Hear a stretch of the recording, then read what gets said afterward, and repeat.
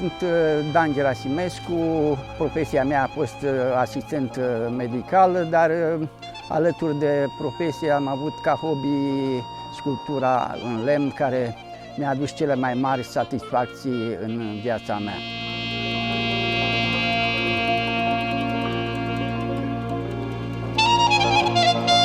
Suntem la Valea Danului, în curtea casei părintești, unde tatăl meu, Danil Gerasimescu, învățător al satului, apoi cântăreț bisericesc cu școală, mama mea casnică și maestre țesătoare la războiul de țesut, ne făcea în casă pânză, ne făcea îmbrăcăminte, ne făcea tot ce ne trebuia pe lângă casă, ne făcea mâncare, făcea toate muncile agricole din gospodăria noastră.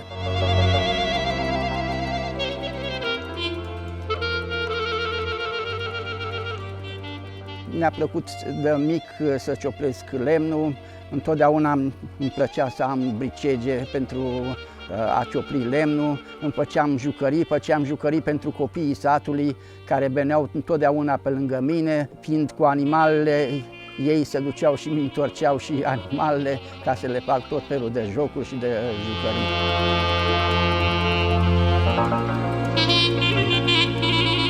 La Valea Danului aici mi-am făcut o sală de expoziție, un atelier, o colecție de obiecte tradiționale din lemn, alcătuit din două camere, una un interior de camere și celălalt o sală cu diverse obiecte în faze de lucru, peste 40 de meserii care s-au practicat în vechime în acest sat.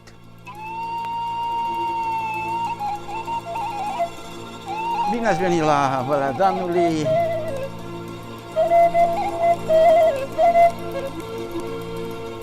În comuna meșterului Dan, cel mai bun prieten al meșterului Manole.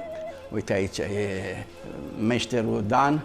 După mănăstire zboară spre Valea Danului, aici undeva mai sus, unde a căzut ca și Manole, s-a format un izvor de apă limpede, de unde bea cei însetați de apă.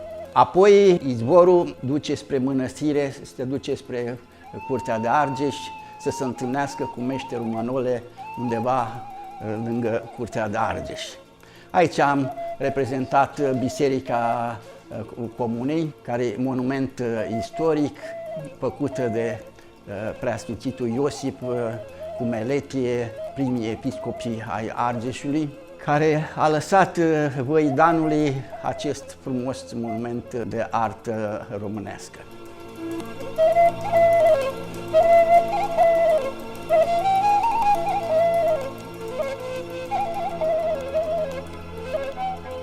În 24 februarie, aflarea capului Sfântul Ioan Botezătorul, Dragobetele, ca sărbătoare religioasă. Motivul principal este lingura cu cele două păsări care sunt îmbrățișate. Eu am făcut aici o familie de păsări, tata, mama, doi copii care sunt sinceri unul față de altul prin această cruciuliță și toată viața lor e împletită. Menirea părinților e să dea aripi copiilor, să zboare, le dă hrană și că toată viața lor să fie plină de soare și flori. Aici niște icoane de vatră. Icoanele de vatră se puneau lângă vatra focului. Pe hornul vetrei focului putea să intre spiritele rele în casă și această icoană era ca o poartă în calea spiritelor rele.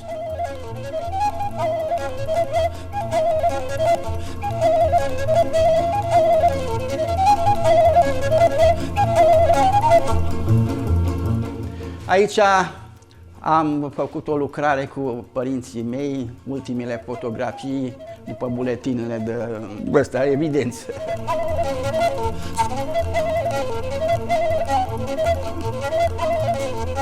Toate dealurile astea, în primul război mondial, în aceste locuri au fost lupte grele, au rămas mulți militari sub pământ aici, chiar undeva spre Lupoaia, acolo se zice că ar fi o groapă cu 50 de militari moldoveni care au rămas acolo într-o groapă comună. Pentru ei am făcut câte o troiță de asta pe care o plantez pe cele mai frumoase dealuri din zona Argeșului.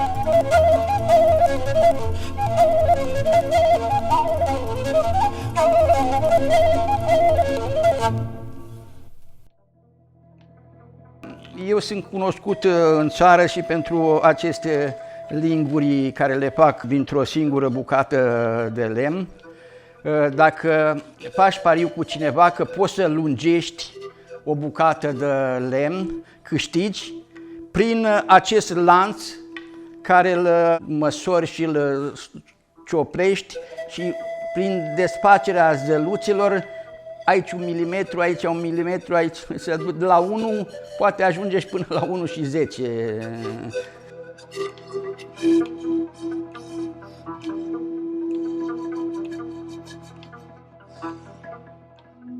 Asta e o lucrare făcută de tatăl meu.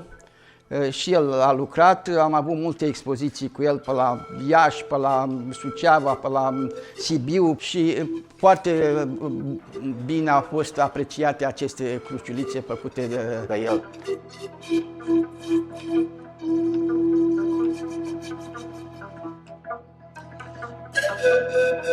Aici vedeți o pasăre care m-a consacrat. În America m-au numit chiar omul pasăre al României. Prin aceste păsări, pot să spun, am cucerit America. Să fi avut sute de păsări la expoziția din America și n-aș mai fi venit cu niciuna. Le-a plăcut la american foarte mult această pasăre și dacă o privim de sus de undeva, pasărea în zbor este o cruce.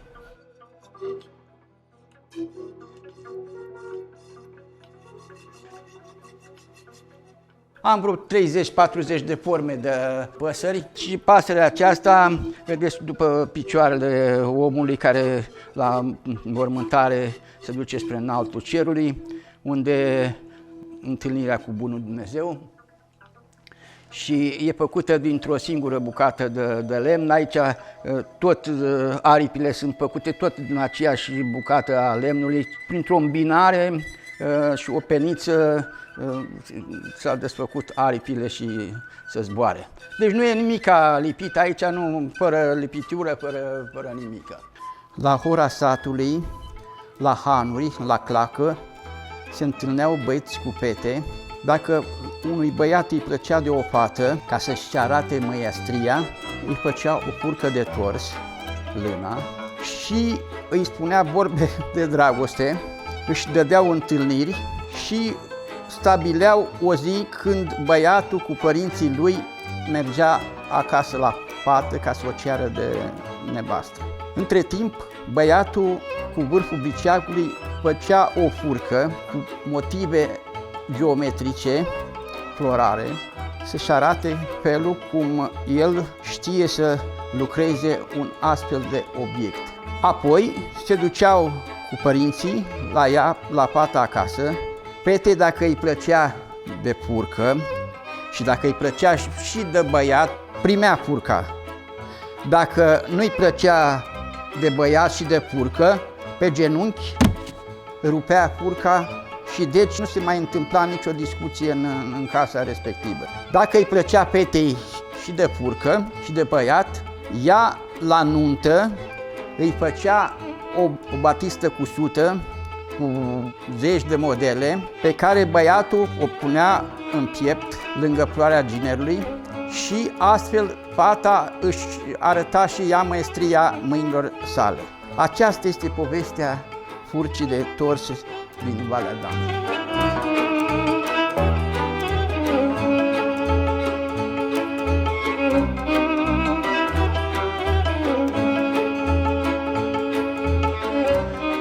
Mă bucur că cei de la județul Argeș mi-au făcut un album intitulat-o Mărturisiri. Aici sunt o parte din lucrările mele cu ce am lucrat în decursul vieții până acum.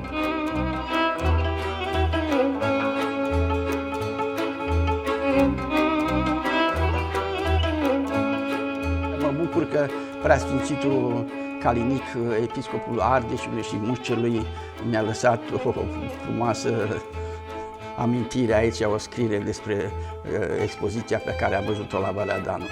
Am avut inspirația ca încă din 82 să fac acest album și pe unde am umblat eu prin toată lumea, l-am purtat cu mine și am multe amintiri plăcute. Asta va fi o carte.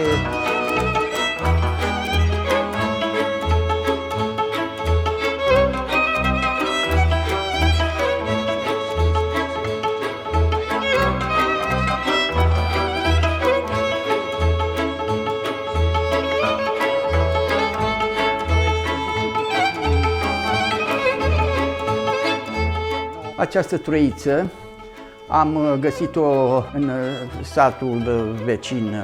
Era scoasă afară că oamenii făcuseră altă troiță mai nouă. Această troiță ploua și am zis să o aduc în muzeu pentru a o vedea copiii, ca să aibă ca model și cum arăta o troiță veche din 1874.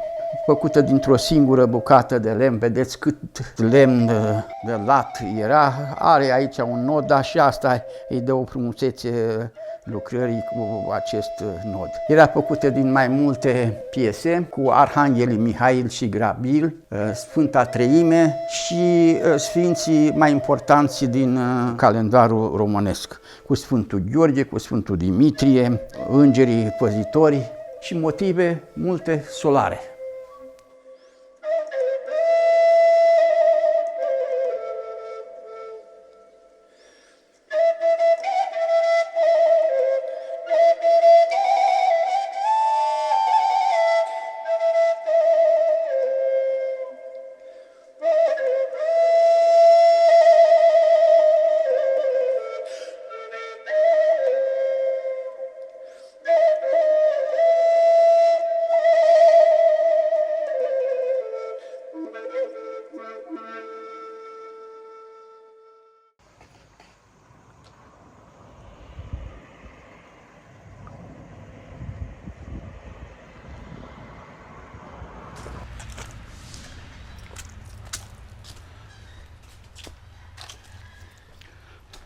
Firma aici, Casa Dăneanu le-am numit-o.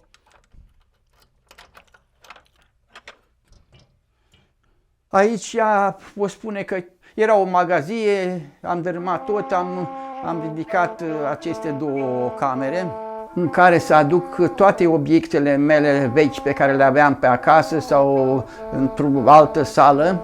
Le-am adus aici ca să le poată vedea mai bine cei care vor trece pragul acestei colecții muzeale pe care am făcut-o în Valea Danului. În această sală, după cum vedeți, am peste 40 de meserii, obiecte care altădată se făceau în Valea Danului, de la coșuri de alun, aici se văd bețele de alun, până ajungeau la diverse forme de coșuri care erau întrebuințate la strânsul legumelor, strânsul fructelor și alte întrebuințări. Am strunguri de fuse, am strunguri de făcut bride, am cum se făcea o lingură, linguri vechi, obiecte pentru stână. Aici niște tipare de cărămizi, aici niște iască din copaci, din ea se făcea cu amnarul și se scăpăra și asta era chibritul de altă dată. Aici cum se face un fluier de la bucata de lemn până la fluierul care cântă.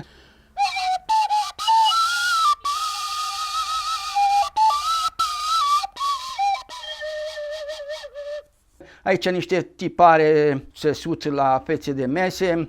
Asta e interesant. Așa, dintr-o coajă de bad care împletită și băgat un băț, se poate face un recipient unde bătrânii mergeau la cules de apine sau... Asta iar e o piesă care n-am mai văzut-o în niciun muzeu din țară de aia. Din mesteacăn, cu bucățică se face o sărăriță. Se punea sare aici când mergeai la câmp să faci Aici inventarul stânii cu șuștare, cu putinee, cu tocuri de coasă, cu tulnice, cu crintă, cu răzuși pentru rasul brânzii.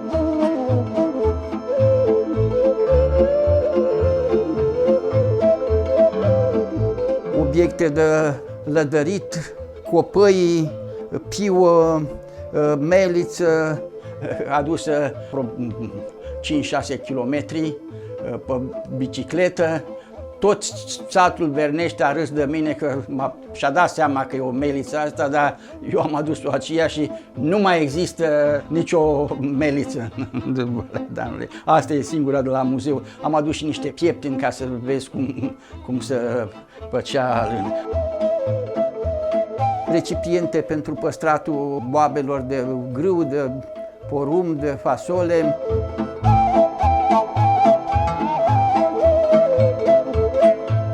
Plosca de nuntă, făcută dintr-o singură bucată de lemn, una dintre ele și plosca tatălui meu.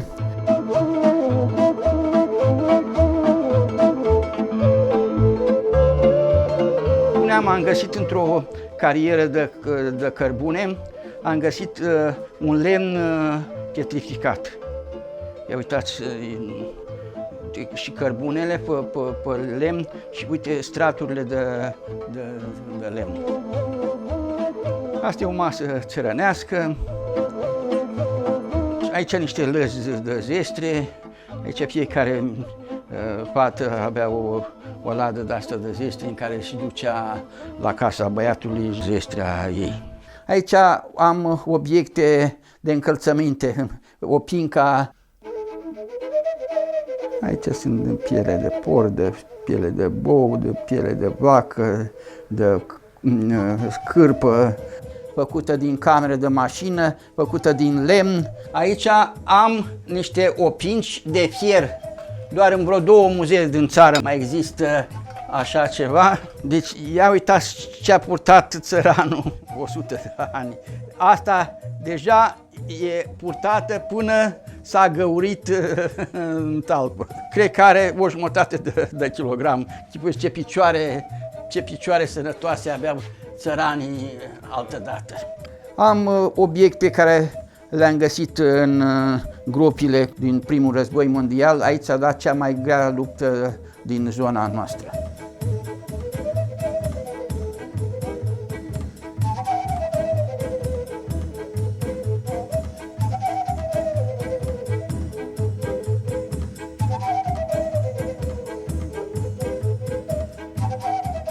Schije dintr-un obuz și de văzut ce greutate avea o bucățică de fier în asta care omora un animal, omora câțiva oameni, deci o bucată de asta, viteza cu care venea. Deci această roată am găsit-o în satul Borbănești, la o familie. Este o roată de făcut lumânări pentru biserică. Aici se agățea niște fire de ață și cu o cană cu ceară topită se turna pe ață, se turnea până se răcea, se făcea o lumânare și după aia se trecea la altă și se făcea aici vreo 50 de lumânări. Deci aici intrăm într-un interior de casă din Valea Danului, un interior de casă veche, unde era patul făcut din lemn, de desubt nu era saltea, dar era iarbă, pân, cu lada de zestre, cu costumul de mireasă, costumul de ginere, cu toate hainele cele bune ale casei respective. Pe perete spre răstărit aveam icoana cu prosopul, lampa de gaz. Aici este un război de țesut, unde țăranca din Valea Danului își făcea pânza pentru costume, își făcea preșuri, își făcea țoale pentru acoperământ. și era alcătuit din mai multe piese făcute din lemn. Ea se așeza aici și prin învârtirea suveicii cu firul de lână țesea aceste pânzeturi din lână. Pentru aprinsul focului, țăranul avea un amnar făcut din metal, avea o bucată de iască din iasca care creștea pe copac și de o cremene. Se punea iasca pe cremene, iar cu amnarul se scăpăra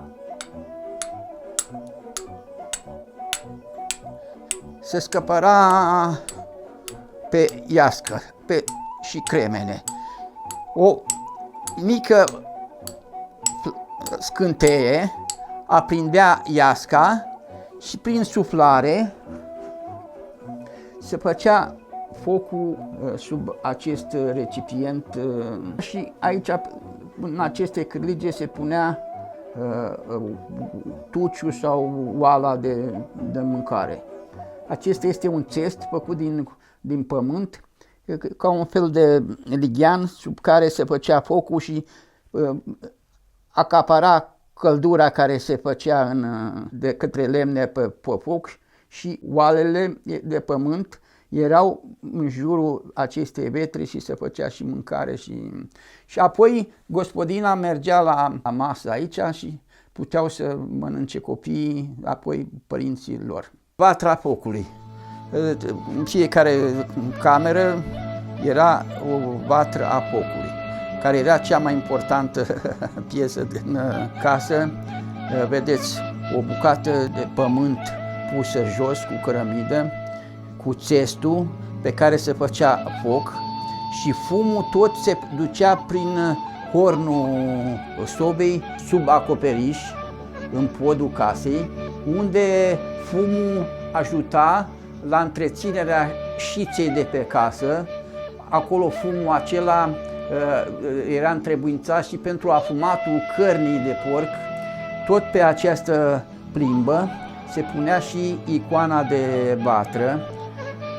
Pe hornul casei putea să intre spiritele rele în casă și icoana aceasta era ca o poartă în fața spiritelor rele. Aici obiecte care aparțineau de bucătărie. Vedem aici cârlige, vedeam un mixer autentic.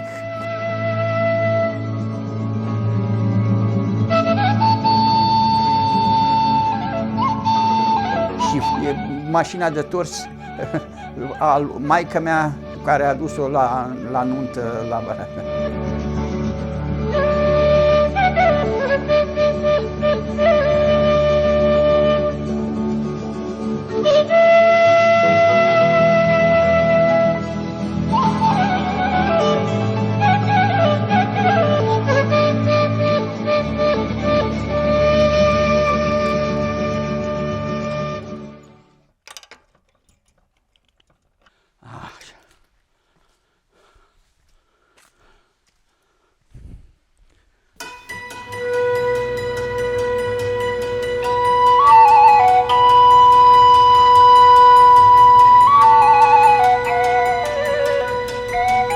Am o clasă de sculptură în lemn.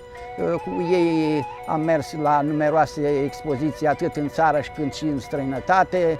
Vara particip la o tabără care se ține la Slănic, la o mănăstire în apropiere, unde în timp de câteva zile merg cu acești copii în mijlocul naturii. Aici vin diverse autocare care vin și văd ce lucrează copiii, ei sunt bucuroși că sunt apreciați. Mă bucur și eu că am putut să-i scot din curtea lor și să-i duc într-o tabără.